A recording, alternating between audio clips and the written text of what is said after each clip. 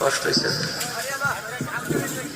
যাই হোক, এখন ভাবিলে কি হবে গো, যা হবার তা হয়ে গেছে, ঠিক কিনা?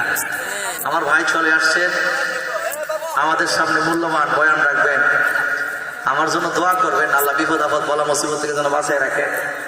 আর আমি আপনাদের সবার জন্য দোয়া করি। দরকার আছে কিনা নাই? আর দোয়া মুখুল ইবাদাত, দোয়া হলো ইবাদতের মগজ। কথা কন ঠিক কিনা? আপনারা যারা মাহফিল